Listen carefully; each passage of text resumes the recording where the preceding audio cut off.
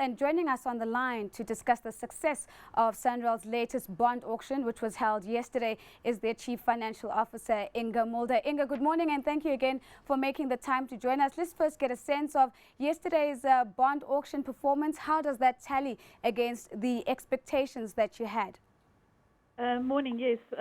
We were looking to raise 500 million rand yesterday. That is our standard size for our auctions, which we do on the first Wednesday of every month.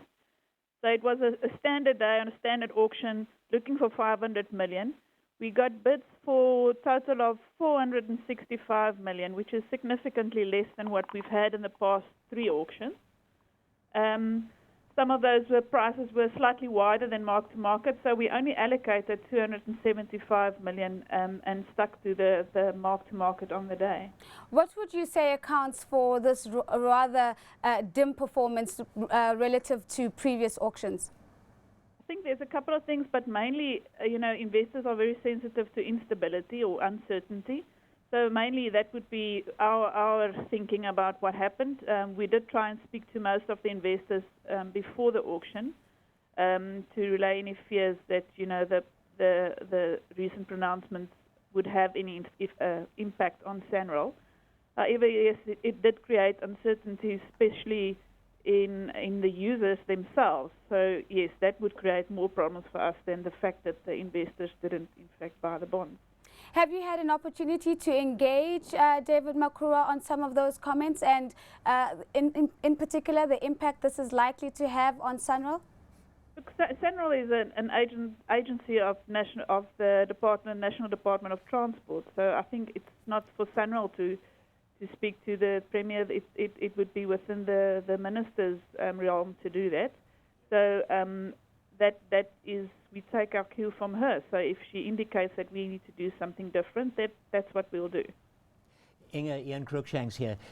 Just a question, you seem to gloss over it. That is, you're very much depending, as you said, on your regular auctions. Now, isn't this an indication that it's going to become more and more difficult? Not only that, more expensive.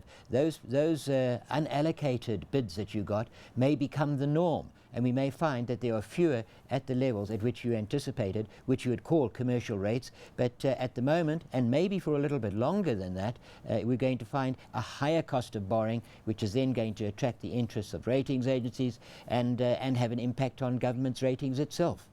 Well, from Sanral's point of view, that's the thing that we're trying to avoid the most. So it is, in terms of our mandate, we have to communicate to our investors and tell them what the facts are and what's happening here. And the uncertainty that has been created, we need to speak to them and tell them what is happening and whether it's true or not true. How would it impact on Sanral? So in our minds, it's about communication to the right people, giving them all the information, and that has we've been managing to keep our costs down, especially our borrowing costs, to keep it within the limits. So yes, it is challenging, and we can't ignore the fact. But the way we've done it in the past is to make the lines of communication very open.